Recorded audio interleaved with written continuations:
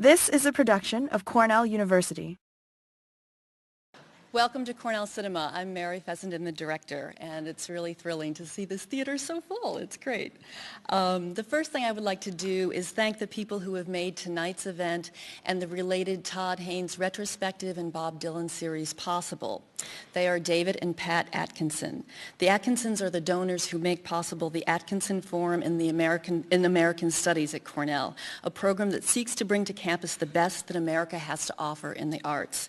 And the American arts don't get much better than the visionary films of Todd Haynes, the insightful film writing of Jay Hoberman, and the legendary music of Bob Dylan. So please join me in thanking the Atkinsons. Yeah, stand up.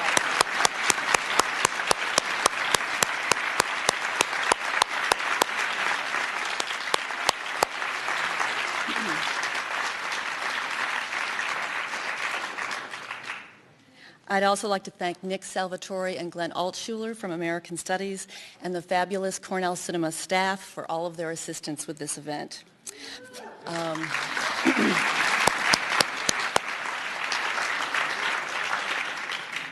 Finally, our very special guest, Todd Haynes, Jay Hoberman, and Bob Dylan.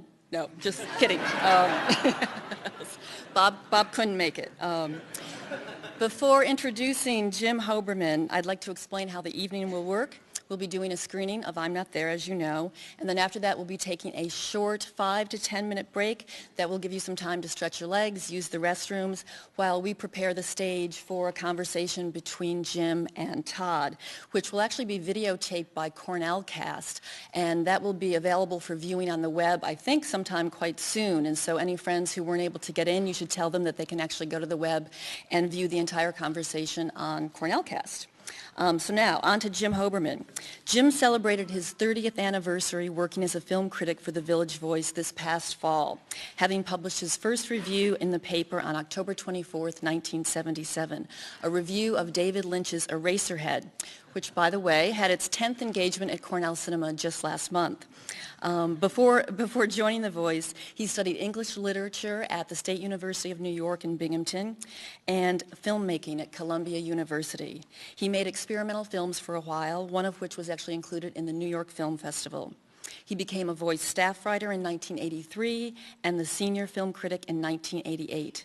In addition to his film criticism, he has written 9 books, including The Definitive History of Yiddish Language Cinema and The Dream Life, Movies, Media, and the Mythology of the 60s. He has curated film series at the Museum of Modern Art and the American Museum of the Moving Image in New York and the Pacific Film Archives in Berkeley, and he's a current member of the New York Film Festival Selection Committee. He is affiliated with New York University and Cooper Union, and he lectures at universities around the country. Over the years, he's been honored with several awards, including the Alternative Press Association's Award for Best Film Critic and a New York Book Critics Award nomination and a Guggenheim Fellowship. The Brooklyn Academy of Music Cinematheque is currently honoring Jim and his 30th anniversary with a film series that he curated, and their write-up sums up Jim nicely. Jay Hoberman is one of the greatest film critics to emerge from his generation. His writing is adventurous, erudite, and provocative, while simultaneously expressing a boundless pleasure in the art of cinema. We are thrilled to have him here. Please join me in welcoming Jay Hoberman.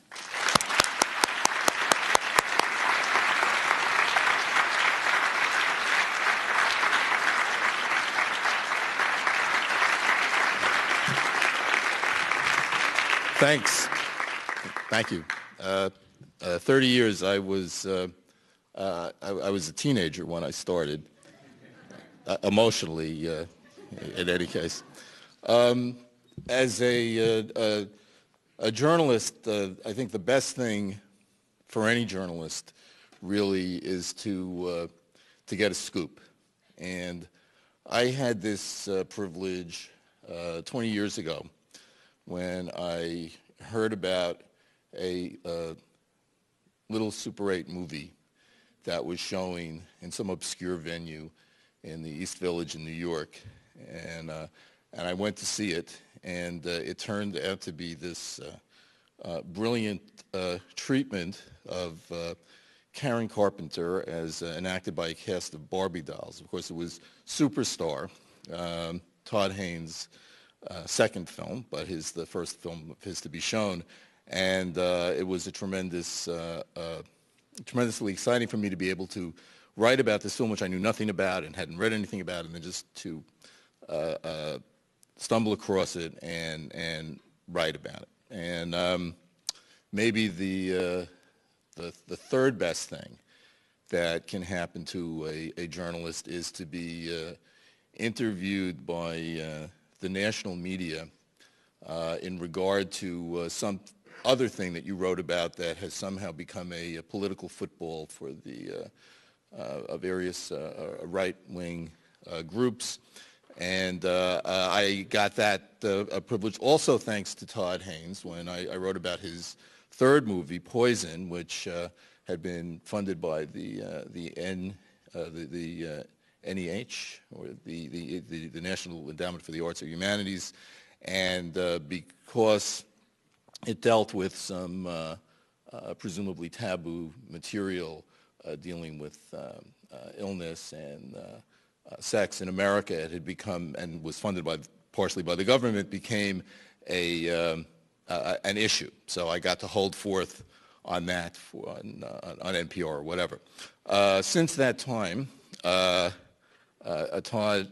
has made several other films. His film Safe, which came out several years later, was voted by a critics poll organized by the Voice at the turn of the century as the single best movie of the 1990s. After that, he made Velvet Goldmine, probably the most cerebral rock movie ever made, and another sort of cause célèbre. After that, Far From Heaven, a film that many people thought was the best movie of its year, 2002, I think. A fascinating meditation on the 1950s as refracted through the films of Douglas Sirk. And last year, I think that Todd made his culminating film to date. And you might have heard something about this film. It has something to do with Bob Dylan. In any case, I think that it was really, last year was a terrific year for movies. There was a great David Cronenberg film, and there was There Will Be Blood. There was a movie called Southland Tales that a lot of people didn't like, but I thought was very good. But I think that I'm Not There was really my favorite of all of these, and I would like to present to you the filmmaker, Todd Haynes.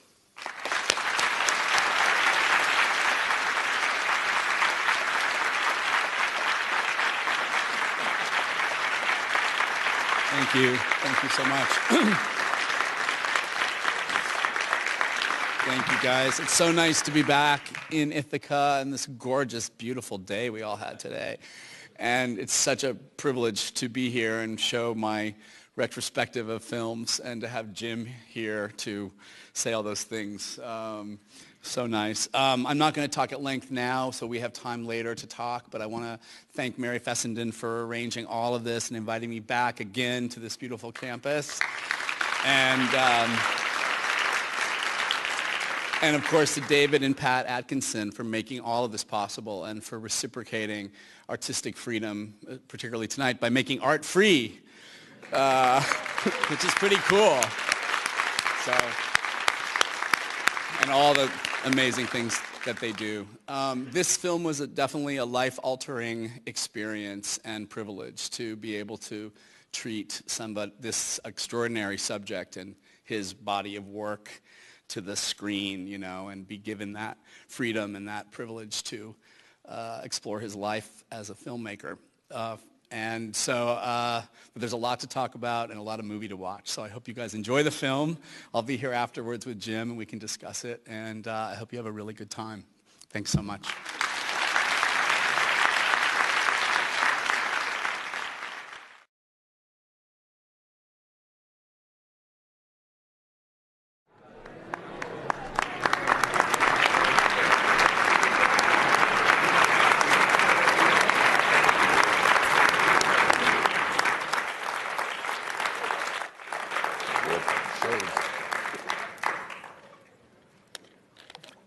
Are we mic'd okay? I guess so. Hello?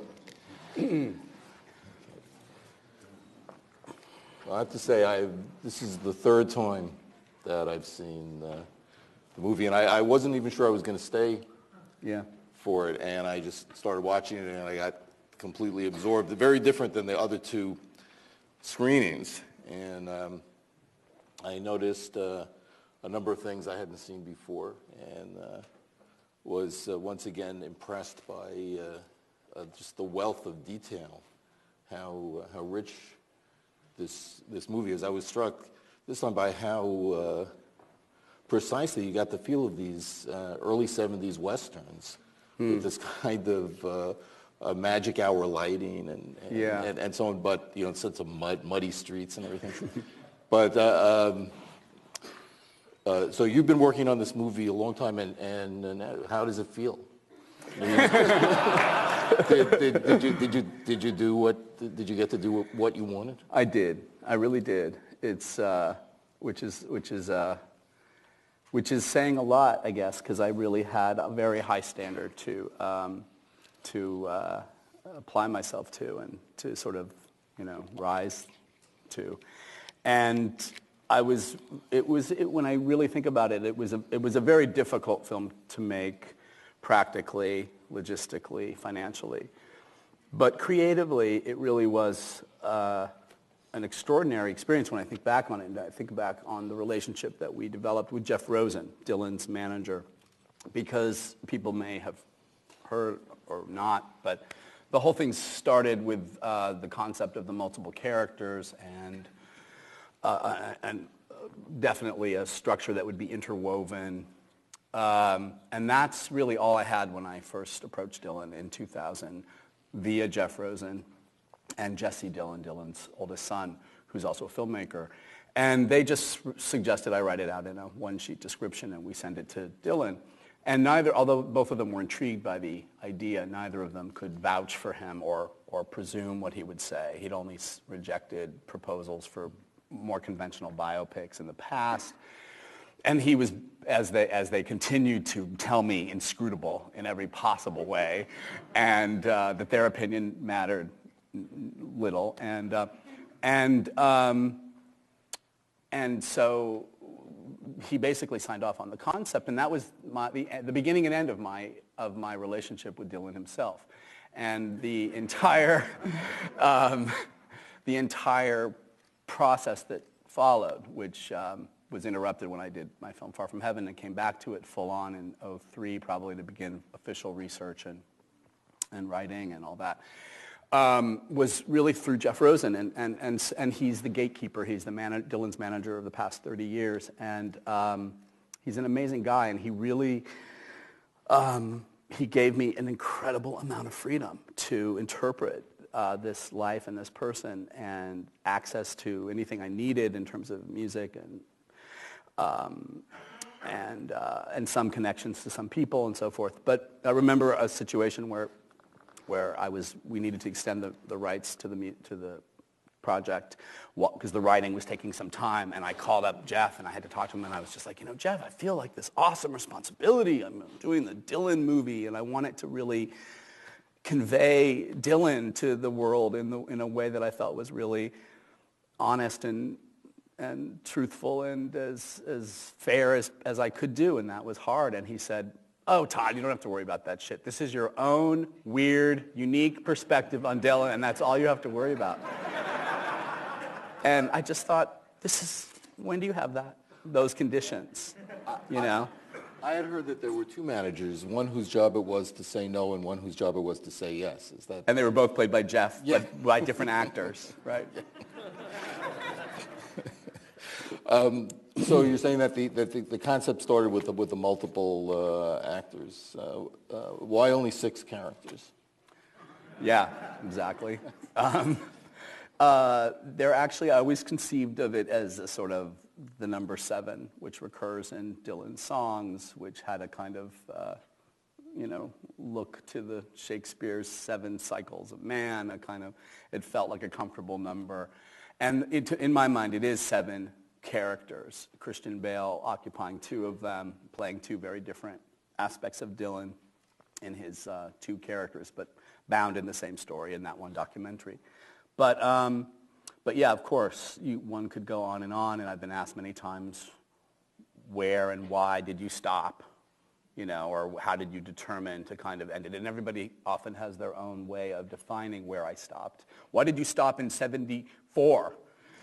Why did you stop in, they have a specific way of reading the Richard Gere story or reading the Christian period as the end bracket of a very long and ongoing creative life. And I guess I just sort of felt a kind of, that these were my distillations of Dylan, and that they all sort of had their roots in the 60s or the 60s era. And that made sense to me. I felt comfortable with that as, with a subject as broad and dense and with so much of his own work to go through and try to understand or familiarize myself with. I felt like I needed limits. I needed some formal and creative and rational limits of how to contain it. And for me, the 60s era made the most sense. And I found that most of these selves or identities had their roots in the 60s era and were recycled perhaps, arguably, later into the 80s and 90s in Dylan's work, but that you could find traces of where they came from in that period. Where did you find Marcus Carl Franklin, and did you know you were looking for him before you found him? That's a good way of putting it, because I think I underestimated. He plays Woody. He plays Woody.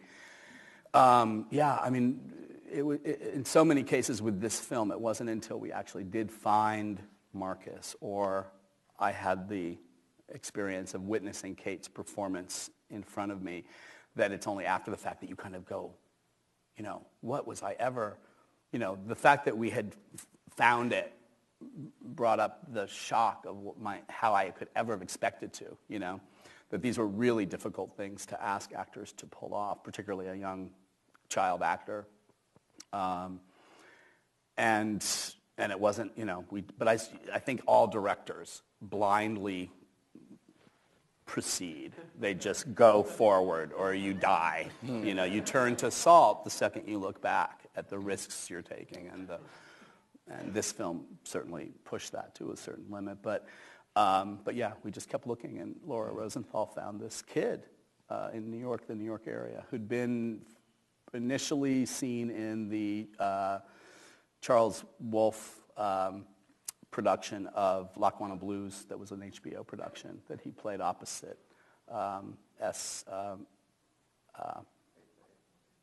what? Yes, Murkison, yes. And he was amazing, but he was pretty much a witness to a series of amazing cameo performances in this film, and so you really didn't see what he was capable of, and he read for us and was incredible. And then you saw Kate Blanchett as Katharine Hepburn, and you realized that she was to play Bob Dylan. Exactly, that eureka moment. It really was more when I saw her. I knew she could physically do it, but I think I was convinced when I saw her on stage in Hedda Gabler, Brooklyn. There was something about seeing her scale on stage, and she was dressed in a Victorian costume that was very tight bodice, and she had lost some weight for it, I think, or was already, sizing down for her return to Elizabeth and this film.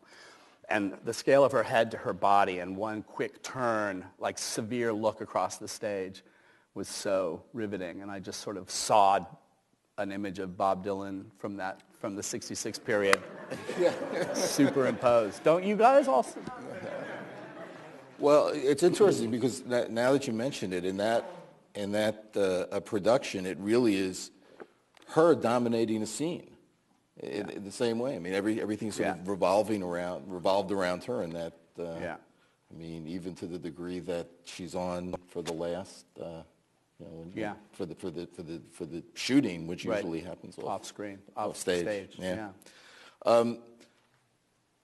Has this movie entered into Dylan mythology, or Dylanology. I mean, have people, spotted him, like masked and anonymous, going into screenings, or is there a theory that he's actually in the movie somewhere? I've heard all of that stuff, basically. And what's very funny is when I was doing the DVD commentary recently for the release of the DVD, and I wanted to just double check. I couldn't remember after so many years where some things came from, some lines, some quotes in the film. And I remember Googling them, and usually, so I could get the source really quickly, and I could just have it on the paper while I was reading my notes for all the Dylanologists out there.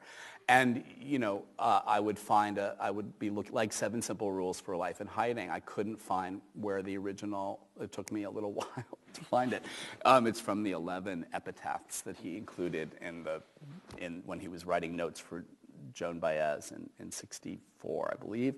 But I was first looking for it, and I kept getting, I'm not there, Kate Blanchett, Carl Marcus Franklin, and you're just like in this hall of mirrors, you can't escape. I was struck also by your connoisseurship in your choice of what Dylan songs you use, and also which performances of his you use, because there are a lot of things which are for many people, if you're not really hardcore, would have been pretty obscure. I'm not even sure that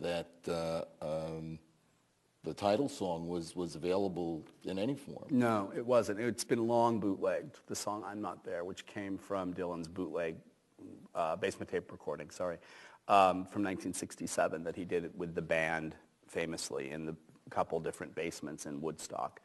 And for people who wanted to get that stuff, they could get it, I got it from friends, and you get the full 5 CDs worth of recordings that happened in those sessions. And it's a completely different experience from the officially released. This was a bootleg of the bootleg. It was yeah, exactly. But in a way, what's so interesting about Dylan is that those recordings and the Royal Albert Hall that was called the Royal Albert Hall recording, but was the '66 live concert that was actually recorded in Manchester and misnamed, was the beginning of bootleg recordings.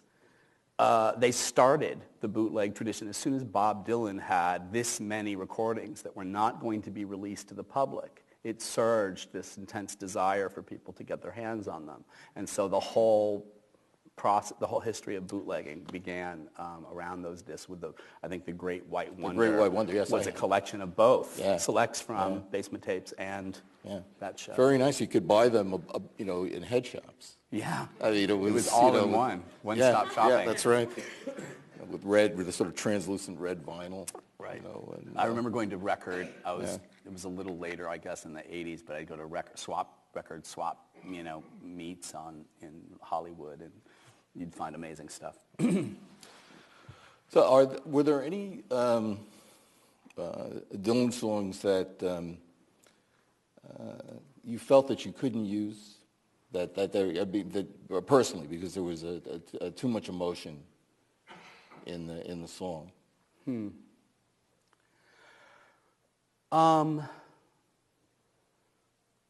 There were some that I loved that I couldn't find a place for. There were many personal favorites, Love Minus Zero, No Limit, songs like that always moved me, that I just didn't really find a place for. But I really felt I couldn't really use Like a Rolling Stone in the body of the film. I wanted to save it for the end of the film, but I really didn't feel like dramatizing that particular song or making it part of the narrative sort of work of the film. Was I'm Not There always the title? It was pretty much always the title. I flirted with 7 Curses, which is another bootleg recording that came out later on the Columbia bootleg, first 3-disc bootleg series. It's a beautiful song, and it was this idea of 7 characters that I was working with. And then was there another working title I had? I can't remember. 7 Curses, Alias, before that show came out. That's how long I've been working on this thing, because it was the name Dylan assumed in the Backyard Billy the Kid Peck and Puff film that he appears in as Alias. But everyone loved I'm Not There. Christine loved it so much, and I kept kind of going back to it. But it was the very first, it was the way I titled the proposal that I sent Dylan. Oh. I'm Not There, suppositions on a film concerning Dylan. And when we began our relationship with Paramount, which developed the script and then passed on it when I was done, that title got out. And it's funny how you can't ever retrieve a misnomer like once it's out in the world. And so for years, literally, everyone referred to this film as I'm Not There, suppositions on a film concerning Dylan, which I chose as the most sophomoric, like a purposefully obscure thing to send to him, to make him sure that it wouldn't be some commercial sellout movie, which I guess I succeeded in not making. And so far as you know, he still hasn't, he's never seen it or commented on it? Officially, no. I've heard mounting rumors and... Oh, what have you heard? I can't even say. But it's good. It's good. It's all good. Seems good. Okay. Yeah. It should be. I mean, I would say that this is really the movie that he wanted to make in some respects and could not make. I mean, I should ask you as a filmmaker, what do you think of, what's your opinion of Eat the Document and Ronaldo and Clara? I love Eat the Document. I think that's a film that Dylan is sort of titled as one of the directors of and editors of that never was released. And it was the footage that you saw, a lot of the footage was remastered for Scorsese's documentary, No Direction Home, that shows Dylan in '66 and that great color footage of him performing with the band that year. And it was the year after all the beautiful black and white footage that became Don't Look Back. But this was a film that Dylan, it was actually after his motorcycle accident, he settled in Woodstock and he started editing this movie. And I think he had various influences and people helping him out here and there. But what resulted was this highly experimental, strange, elliptical documentary that basically was a sort of anti-rock doc, because as soon as he would start a number, there would be cutaways to weird people on the street of Scotland and crazy people holding signs, many of which appear in my film. It is appointed unto man once to die is something that's in Eat the Document that we put in the Billy story. But and then it'll just cut off one of the songs. Just when you're like really ready to hear your rock idol, perform it, he just cuts it off. I love Eat the Document. Ronaldo and Clara. What do you think of Ronaldo and Clara?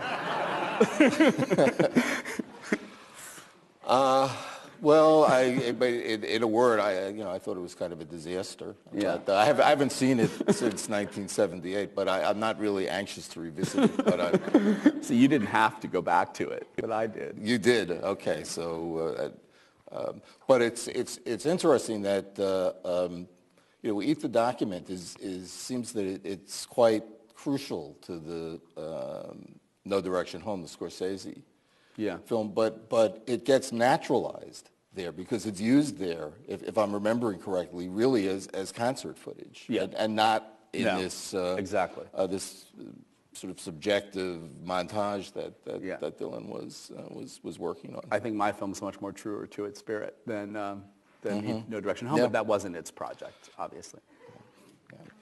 Yeah. No, I love that movie. I watch it over. I watched it over and over again. Every time I'd see it, there'd be some whole thing that I had forgotten was in it.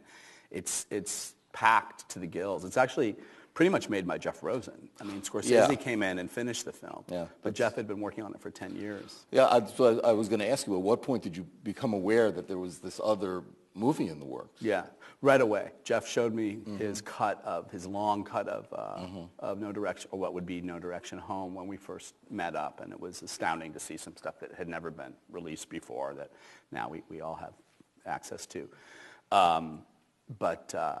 No, it wasn't a surprise, and it never felt like a competing project by any means. There's just such an interest, there's been such a resurgent interest in Dylan's work that's only been fueled by the quality of his recordings that he put out and the publication of Chronicles.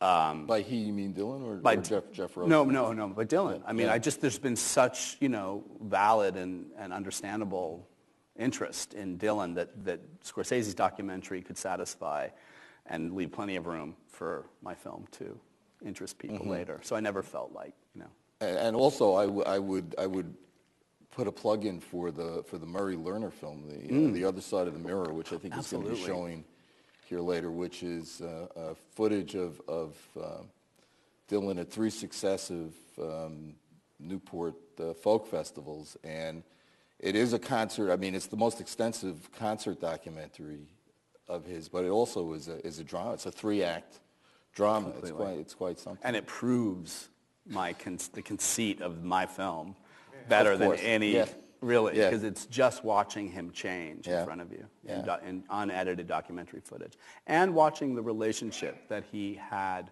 with his following change too, because the reactions, the audience, the sense of the audience, and the relationship that he had with them is palpable in all 3 sections. Yeah. It always seems to me that in many respects, Dylan is what you would call a hero of adolescence, in the same way that Rimbaud is. I mean, that there's something, particularly in his mid-'60s albums, that really speaks very strongly. And I can't be objective about it for historical reasons, since I actually was an adolescent at that period. So it had a tremendous effect on me, more than anything else that he ever did. But I'm curious, because it seems to me that if I'm guessing correctly, you were probably in high school in the late '70s or early '80s, which is kind of the heyday, or just past the heyday of punk rock, which was quite a compelling thing in its own right, and that Dylan was, I think, in his gospel phase then, which, from my perspective, would have been kind of the nadir of his career. So how did you get involved in Dylan, and when? Dylan, I was a little older. It was high school. I was in, by the time, it was '79 when I graduated from high school in Los Angeles, and it was really my high school years, starting probably in 9th grade, that I fell in love with Dylan's music. And it was the '60s period. It wasn't the gospel? No, obviously not initially. It was initially Blonde on Blonde and Bringing It All Back Home and Blood on the Tracks. But I remember the releases. I vaguely remember the release of Desire, and then I fully remember Street Legal, and then Slow Train Coming, the first Christian record, the first gospel collection of gospel recordings. And that was the time I saw him. That was the first time I saw him, was on that tour. So it was a strange window to encounter him in first, but that's a fantastic record and really beautiful, solid recordings. And that's an example of all the songs on Slow Train Coming I probably prefer to the song Pressing On that we chose to use as the penultimate song for Christian Bale's character. But it was, again, a choice of what was best serving the narrative, what really was needed for the film at that point in its progress. And I also found it was exciting to find discoveries and to reinterpret them with new bands that would give them an extra sense of life and kind of keep reinventing and keeping this amazing body of work alive. Well, you also did something that I'm not. I mean, certainly I had never thought of this. I don't know whether it was logical for people to make a connection between the Christian Dylan of the early '80s and the finger pointing Dylan of the early '60s, but by casting Christian Bale in both roles, and this movie creates a theory around that aspect, which I think is very persuasive. I think we all struggle with understanding, many of us who identify much more easily with his political associations in the protest years than we do with the political implications of his fundamentalist Christianity that he fell into. It wasn't just some hippie Christianity. It was Pentecostal, evangelical Christianity, and it was fire and brimstone time. And he was conducting mini sermons before these concert performances in the late 70s and early 80s. And that's when many of his fan base, which was most identified with leftist politics, of course, were horrified and bewildered. And I really found that was the thing that needed explanation more than the first half. And I felt that I was just so interested in how these were two periods of Dylan's life that shared more similarities than I think we were able to see initially, and that they were both driven by moral persuasion and a sense of having the answer, and a curious and uncustomary lack of humor in both cases, something that's been evident in Dylan's work from the beginning of his very first record till today.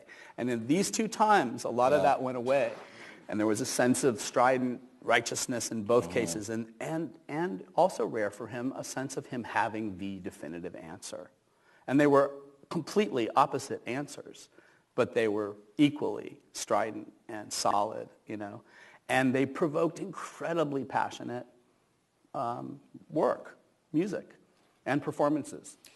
And it helped me just personally to understand the Christian period better by making that link, I guess. So, although I'm not sure that he didn't have a sense of humor in the earlier period. I mean, you're right, in the talking blues stuff, yeah. And you have that couple. Is that supposed to be Harold Leventhal? You know, the producers saying that what's so great about him, he can give you the pathos thing, he can do the Chaplin thing. Right. Yeah, exactly. No, you're right. The Talking Blues obviously had a sense of humor, but I almost associate that more with his Woody Guthrie, Dust Bowl kind of persona. Yeah. And when he got topical, I mean, they're exquisite recordings, but there was I think it was the climate, the sense of being indoctrinated to a following that was very strong and very decisive in both cases, and definitely serious. Yeah, and also possibly submerging himself in something that seemed larger than he was, which for somebody who comes across, and not least in this movie, is such an isolated individual that, were events. Yeah. And things that he couldn't persist in, like maybe everything else. Yeah. But with particularly strong ramifications of his both entering these worlds and then deserting them. People who are cineasts think of this on that they're not only is a film about Bob Dylan and the character Bob Dylan, but also a celebration of movies from that period, and most specifically Jean-Luc Godard, and who is referenced throughout. But I think that this again was an example of doing something that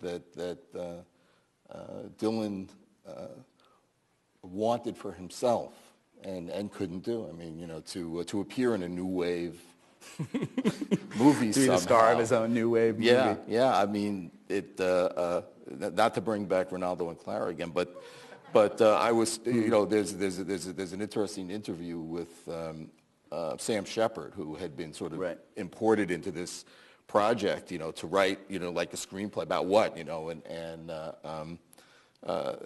Dylan told him he should look at Children of Paradise, because it was the only movie that stopped time, and shoot the piano player. And then Sam Shepard saying, "Oh, is that, you want something like that?" And Dylan said, didn't really say anything, so, but. He was also really into Fassbinder during that time. I remember those quotes, right? Well, that's what Scorsese. So that's what specifically Beware of a Holy Whore, a movie about making movies, a totally self-reflective film. Yeah. But how much were you thinking about these the movies that Dylan might have seen or probably liked or being produced at that time? I sort of took it as an assumption, and maybe you did the same, Jim, in your book, The Dream Life, that there was something, and I don't know if you would say, I'm curious what you'd say to this, if there was something, well, maybe I do know what you might say. But that there was something unique about the 60s in that its cinema and its politics, its events, had a kind of, mirroring aspect. That there was something cinematic about the political events that were happening, and something extremely personal and interactive about the cinema and the popular culture that was being made. And I think for me, I guess I would just see it as that there was.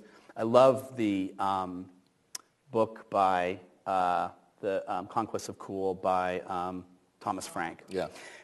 Because it's a book that it's a book about basically the 60s, but seen through an analysis of the advertising culture of the 60s. But it deflates this idea that radicality came from the margins, that a sense of experimentation came from a counterculture, and then mainstream America absorbed it and copied it. This basically starts with the premise that a kind of repudiation of the 50s was happening at every level of society as early as 1960, and talks about those amazing Volkswagen ads that appeared first in Life magazines in 1960, where an entirely different assumption about the intelligence of the consumer was entering the advertising world. And all of a sudden they were like, don't talk down to the everyday reader, but realize that they're 3 steps ahead of you. And you can be witty and ironic with them, and you can be minimalist and have these empty white pages with a tiny Volkswagen in the middle of the page and a catchphrase that says, ugly, isn't it? For the first time, this whole idea of treating the consumer as someone smart and with it entered mainstream America. Now I was just so interested in this, and in my visual notebooks for this film, I have all these pictures of the Volkswagen ads next to images of Bob Dylan shot against white seamlesses 5 years later, with his crazy hair as the silhouette against the white seamless. Ugly, isn't it? That there was something that still looked incredibly modern, and it still does today, and with a sense of, something happened in the 60s that still looks more modern than anything that's happened since. And we copy it. We copy that simple, minimalist graphic and that sense of, anyway, I'm completely going No, off I'm trying to see if I agree with. I think that actually the thing that changed people's perception, both in the let's say at the margins and also in the center, by which we would mean these advertising agencies, was pop art, is what caused that, introduced that ironic appreciation of the what the vernacular landscape, and the fact that, we're all being manipulated, so let's make the manipulation out front and fun. Even introducing the idea of fun. Yeah. But even saying that suggests that everybody was interested in art. That in other words, that the collapse of high and low was something that was affecting the fine art world and the business world and the counterculture world. Well, yeah, because that was the thing with pop art. How could you not get it? You could hate Andy Warhol silk screens, or his Brillo boxes, but it's not like you wouldn't understand. You couldn't look at it and say, like a Rothko, and go, what's this? Yeah. You knew what it was. Yeah. Yeah. But I just think there was this sense of the new that definitely coincided with the Kennedy administration, and with a whole young generation of people who decided for the first time to not be intimidated by the idea of a Cold War that should stop you from speaking out and stop you from having a sense of humor and stop you from living your life, basically, and being young and being, curious and assuming that other people felt the same way. Not assuming the contrary, for the first time, not assuming there was this stupid mainstream, but assuming that the mainstream might be smart and cool like you. Well, that was Allen Ginsberg's point. I'm assuming that's an invented exchange, or was somebody there taking notes when they spoke? At the, in the Ginsberg car? When he talks to him about bringing art into from the jukebox. It's a quote from Ginsberg. Really? Yeah. People were literally asking Ginsberg about had Dylan sold out and what did it mean before. Well, no, they'd probably met by then. I forget exactly when. Well, they he's met. on Bringing It. He's on the back of 65. Yeah. It might have been before. It was around that time. Yeah. And they did visit a big. I think when they went to Kerouac's grave in Jersey. Is it? It's in Massachusetts. Massachusetts, maybe. Lowell, Massachusetts. Lowell, Massachusetts. Yeah. But is there a huge crucifix? I think they visited some huge crucifix and had a dialogue with Jesus together at that point as well. Yes. There's nothing original in the film. Well, but this actually brings something. I remember we had a conversation when Far From Heaven came out, your most normal film, I guess. And you said to me, that it was a movie that I could take my grandmother to. It would have been difficult, but I got your point. But watching this. And even watching it with an audience, which I can tell you was really with the movie throughout. I wonder, that there's it's so rich in detail and reference. How it plays outside the cognition. I mean, this is in a way a test case for what you were describing in terms of this new attitude in the 60s, that something could be popular and difficult at the same time. I know. I mean, that's what's so inspiring about that period, and that I guess I just felt like what was amazing about Dylan is that he could, and so many people at this time, is that they could decide to completely burden a popular form or a disposable form like the popular song with whatever you wanted: poetry, politics, ambiguity, vagueness, humor, absurdity, epic ambitions, and then minimalist, nods to the old weird America. And that people would follow you wherever you went with it. That the mainstream would just go where you went, no matter how crazy and unprecedented. And that's what happened with him. That just doesn't happen very often. And I just had to keep honoring those experiments. It was my little kind of whipping to myself, just like, don't dumb it down. Don't just make it like, so everybody can just eat it up and make it stupid. Like, just respect the genuine weirdness of Dylan. And if people don't dig it, it's okay. I can't make the 2008 into 1966. That isn't my job. Mm-hmm. My job is to honor this artist and his uniqueness and his range of experimentation that just so happened coincided with an audience and a populace hungry to have their minds blown or at least changed, or at least, diverted. Well, I mean, this is something you don't have to answer this if you don't want, because I assume this is different for everyone who creates or writes. But did you have a specific an ideal spectator in mind? I mean, even if it was you, was it Dylan? I mean, was there some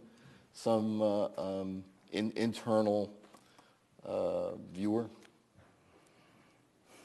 It's a good question. I don't really think of a type of person. I just think of the person watching it. Like, I don't really brand them or put them into a group. I just think of, like, And I guess that's me. I guess that's me watching it. But I also don't presume everyone will know what I know. I mean, the thing that I knew is I was going to jam it, as you say, with all these references and all this stuff that no one could possibly get, you know? But every movie is full of stuff.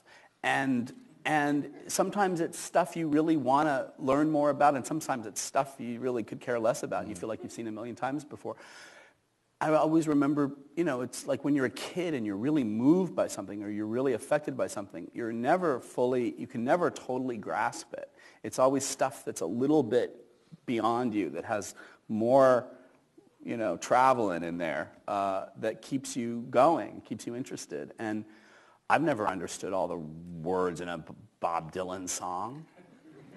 In some of my favorite of his songs is mostly Literally or figuratively? Well, like, you know, depends on the record, I guess. But really, almost any of them. Yeah. I mean, I can't think of any that just, it's just not what it's about. Mm-hmm. It's not about mastering. Yeah, but of course, this you know, flies in the face of certain let's say the conventional wisdom of the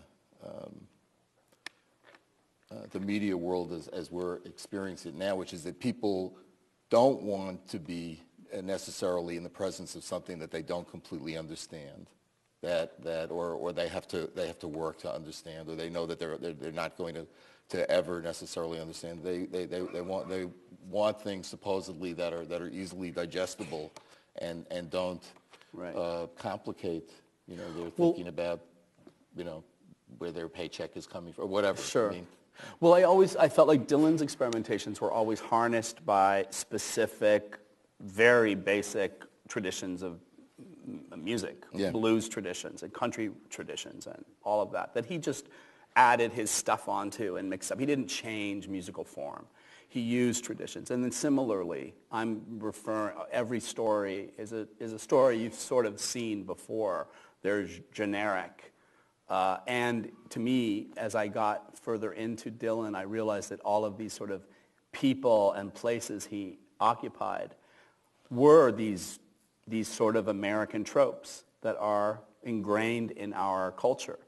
And so they have a familiarity that's basic and that's constantly recycled and revised, whether it's, you know, the story of the famous person struggling with their personal life against their fame, or the rebel teenage, you know, person who's questioning society, or a person who finds faith, or a person who is, looking for betterment of other people and struggling politically to find solutions.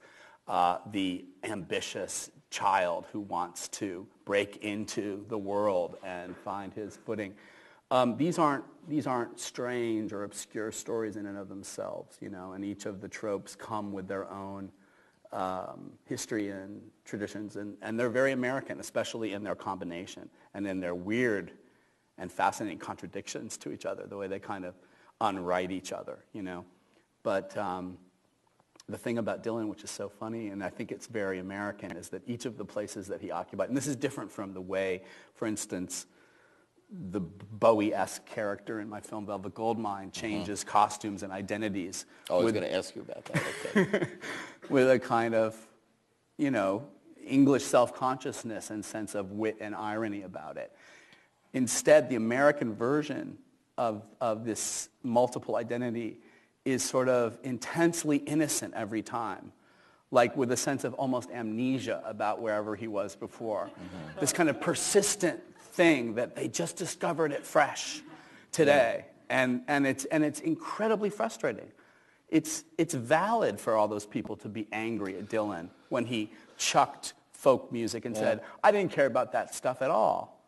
Because he just produced all of these records and all these songs and put all this work into it. And then he's saying, oh, I never even cared about that stuff, you know. Of course you want to, like, rattle him, you know. But I think that there's something very American about that. Well, I think that's a very interesting what you said about David Bowie, or the David Bowie, and also the David Bowie character, more or less. Right. Velvet Goldmine. It reminds me of the sort of standard difference between American acting and British acting, between Brando and Laurence Olivier. Oh, yeah. Right. Like British actors, they vanish into the role, they accept the role, they play the role, they vanish into the role. But the Brando has to find the role in himself. Right. Yeah. Living inside, and it's even a weird deviation from Stanislavski. It's like something even more. Self-absorbed and kind of, like completely, Well, it's actually a creative misunderstanding of Stanislavski.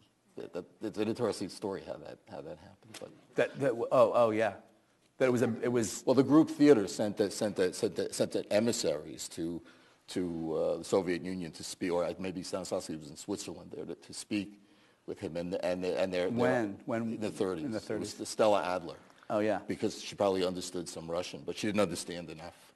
Right. So they just came back with their own, take on it. Wow. Yeah. But that's how things happen in this world, through creative misunderstanding. Yeah, exactly. Misinterpretation. Okay, so I had. Oh, you answered that one so well. I don't have to. That was a question that had been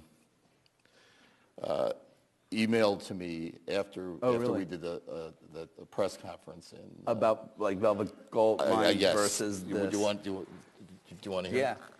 Okay.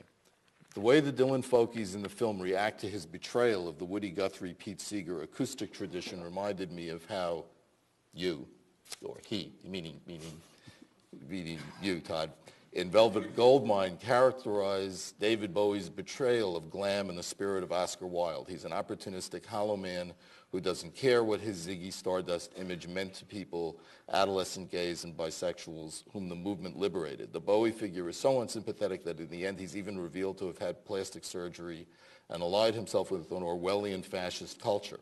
So why does Bowie's shifting persona represent the ultimate sellout in Dylan, the mark of a pure spirit? But it's a good question, though. It's well pointed. But I think sharp. I know. I think you have the American revolutionary on one hand, and the colonial oppressor on the other.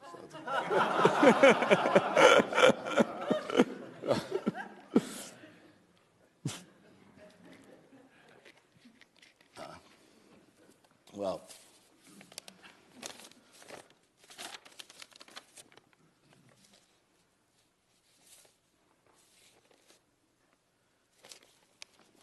Let me just wind up by asking you, now that you've